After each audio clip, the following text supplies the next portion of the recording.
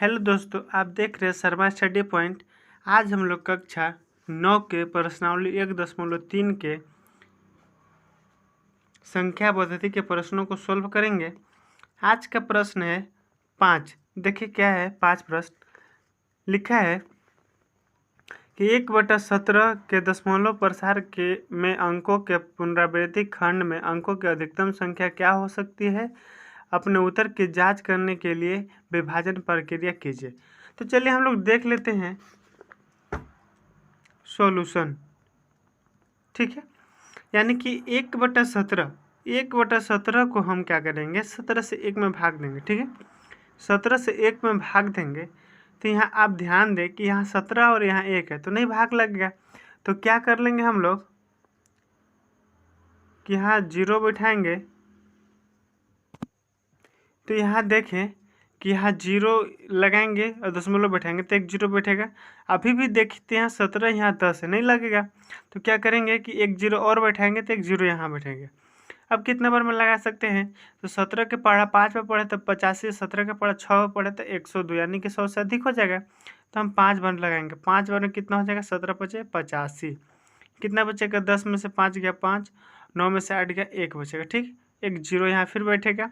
अब कितने बार में जाएगा, तो 17 7 19 से 17 8 136, 17 9 153, यानी कि 8 बार में इसको हम क्या करेंगे, लगाएंगे। तो 17 8 कितना होता है 136, और 10 में से 6 जाएगा 4 बचेगा, 4 में से 3 जाएगा 1 बचेगा। ठीक है, आगे हम लोग इसी तरह से करेंगे। अब यहाँ 0 बैठेगा।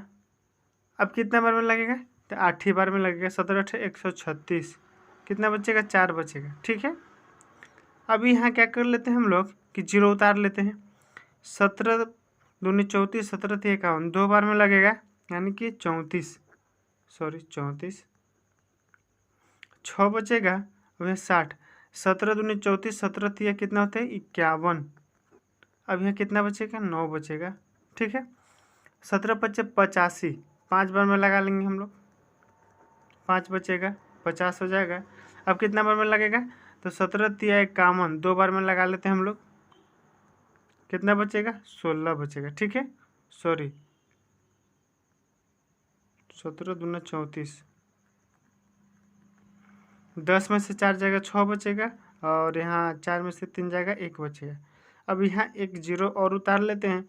जब यहाँ दशमलव हम लोग बैठा लेते हैं तो ये 0 0 0 0 0 हमेशा क्या करते हैं, उतरते रहते हैं। ठीक है, अब कितना बार में, 17 8 136, 17 9 153, 9 बार में लगा लेते हैं, 153 हो जाएगा। ठीक है, 10 में से 3 जाएगा 7 बचेगा, 5 में से 5 जाएगा 0, यानी काट कूट यहाँ 0।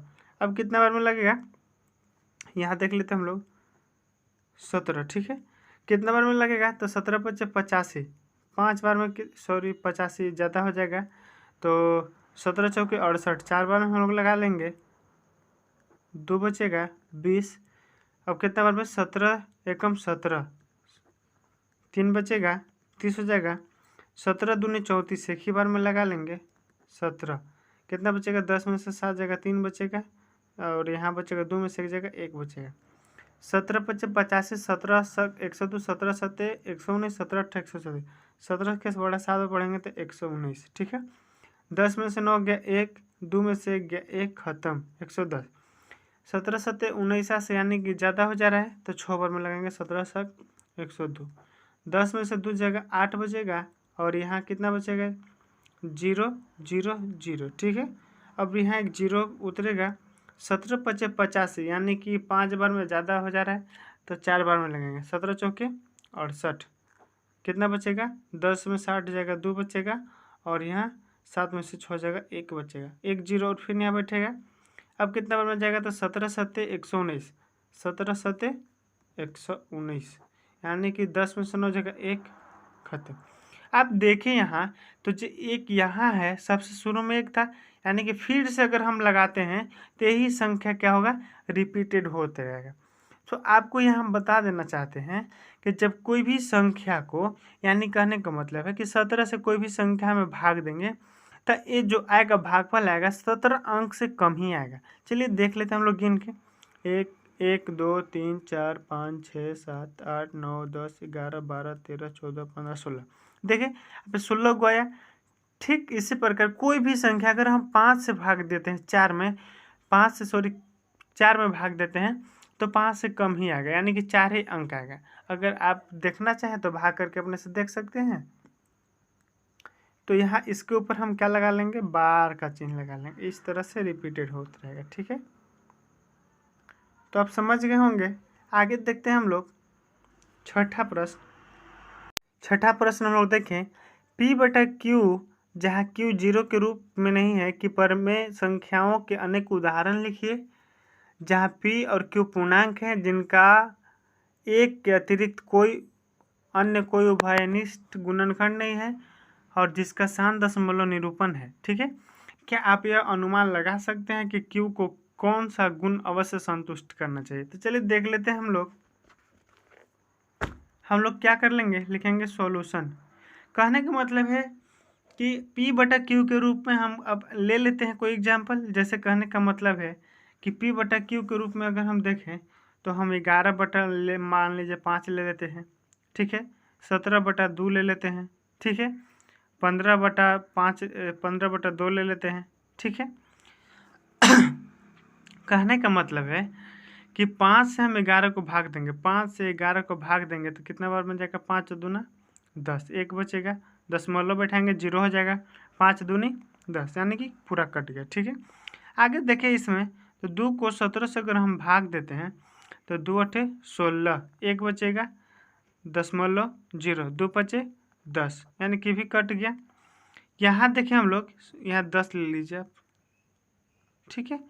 तो 10 ले हम 15 को भाग देते हैं तो 10 से 15 को भाग देंगे तो कितना 10 से कम 10, 5 बचेगा, यहाँ दशमलव बैठाएंगे 0, 10 बचे 50।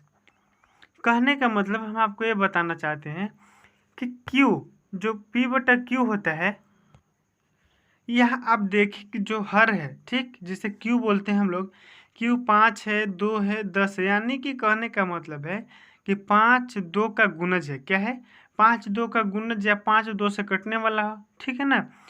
तो कोई भी हर में जब 2 और 5 का गुणज या 2 5 स्वयं से कटे तो शांत हो जाएगा, ठीक है। तो इसको लिखेंगे कैसे हम लोग, चलिए देखते हैं। किसी परिमेय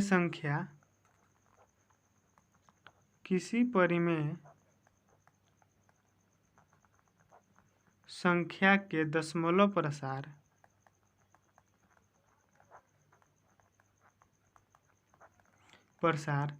शांत होगा यदि हर में 2 और 5 या तो उनका गुणज, माने 2 और 5 का गुणज हो, ठीक है, तब यह संभव है। कहने का मतलब है कि 2 और 5, देखिए 10 से खुद यहाँ देखें तो 2 और 5 का गुणज में है, यानी गुना में है। तो वैसे किसी परिमेय संख्या के दशमलव प्रसार शांत होगा जब उनके हर में, ठीक है, 2 और 5 से कटे, 2 या 5 के गुणज से कटे, तो क्या हो जाएगा, दशमलव प्रसार शांत होगा, ठीक है। समझ रहे होंगे। आगे देखते हैं हम लोग सातवां प्रश्न। सातवां है कि ऐसी 3 संख्याएं लिखिए जिनके दशमलव प्रसार अनवसानी अनावर्ती है, ठीक है। तो चलिए देख लेते हैं हम लोग। सातवां सॉल्यूशन कह रहा है कि 3 परिमेय संख्या है, ऐसे 3 संख्या लिखना है जिनका दशमलव प्रसार क्या है, अनवसानी अनावर्ती। कहने का मतलब है कि अनवसानी अनावर्ती का मतलब वो रिपीट कभी खत्म ना हो, अब एक संख्या कभी दोबारा आना नहीं चाहिए। तो चलिए देख लेते हैं हम लोग। पहला कैसे हो जाएगा, तो 0.1010013001400 इस तरह से लिख सकते हैं हम लोग। यहाँ आप देखें तो 1 के बाद 0, 1 के बाद 2 0, 1 के बाद 3 0, 1 के बाद 4 0, इसी तरह से बढ़ाते रहेंगे, यानी कि कोई भी संख्या दोबारा नहीं आ रहा है, ठीक है। दूसरा देख लेते हैं हम लोग, 0.10, 20, 30, 4 जीरो। यहाँ भी देखें तो ऐसे संख्या जो कि रिपीटेड नहीं हो रहा है, ठीक है। तीसरा में देखें, तीसरा में कैसे लिख सकते हैं, 0.50, 500, 500, 540, इस तरह से लिख सकते हैं। तो आप समझ रहे होंगे। चलिए आगे देखते हैं हम लोग। 8वां में है कि परिमेय संख्याएं 5/7 और 9/11 के बीच 3 अलग अलग परिमेय संख्याएं ज्ञात कीजिए, ठीक है। तो चलिए देख लेते हैं हम लोग 8वां प्रश्न। लिखेंगे 8 और सॉल्यूशन, ठीक है। तो सबसे बड़ी चीज़ है कि 5/7, यानी कि 5/7 को पहले हम भाग दे लेते हैं, ठीक है। 7 से 5 में भाग दे लेते हैं, नीचे वाले से ऊपर वाले में भाग देते हैं तो नहीं जाएगा, तो 0.0, ठीक है। 7 7 49, 1 बचेगा 0, 7 एकम 7, 3 बचेगा 0, 7 चौ 28, 2 बचेगा 0, 7 दूनी 14, 6 बचेगा 60, 7 8 56, 56 हो जाएगा। और यहाँ कितना बचेगा, 10 में से 6 जगह 4, खत्म 40, 7 बचे 35, 5 बचेगा। फिर से देखिए यही संख्या क्या होगा, रिपीटेड होता रहेगा, तो इसके ऊपर हम बार का सीन लगा लेंगे, ठीक है। और दूसरा है 9/11, 9/11, यानी कि इसको भी हम लोग भागी दे लेते हैं। अब यह 0 0, 11 8 88, 2 20 ना, 11 एकम 11, यहाँ कितना बचेगा 9। तो यहाँ देखिए तो इतने ही में एक खत्म हो गया। यह हमेशा 81 81 81 81 आता रहेगा, ठीक है। तो हम लोग लिखेंगे कैसे, 3 परिमेय संख्या लिखना है। चलिए तो पहला देख लेते हैं हम लोग। पहला क्या हो जाएगा, 71 और 81 के बीच में कोई भी, तो 0.720720720 इस तरह से लिखेंगे, ठीक है। दूसरा अगर हमको लिखना होगा तो 0.721, ठीक है, 722, 723, 724 इस तरह से लिख लेंगे, ठीक है।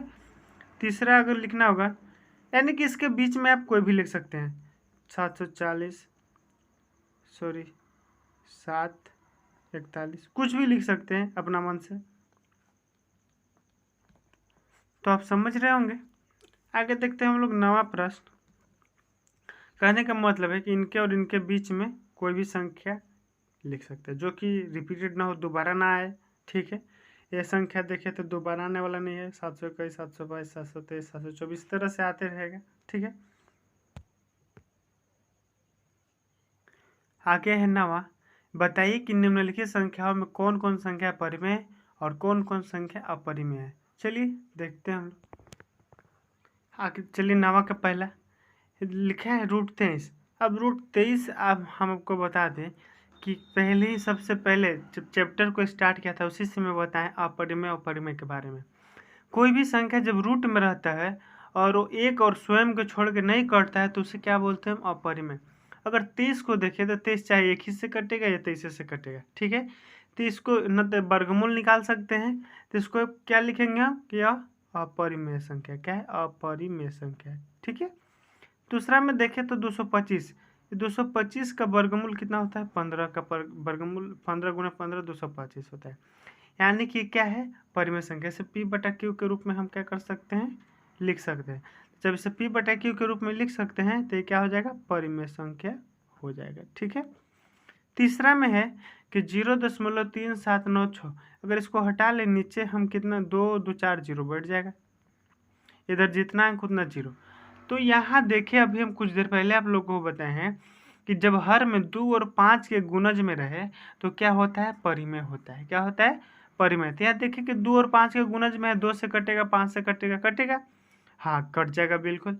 तो क्या लिखेंगे, परिमेय संख्या है, ठीक है।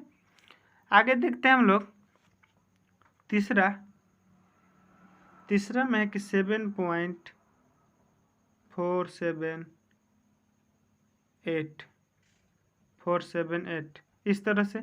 कहने का मतलब है कि जो है कि रिपीटेड होता रहेगा, आते रहेगा, इसका अंत नहीं होगा।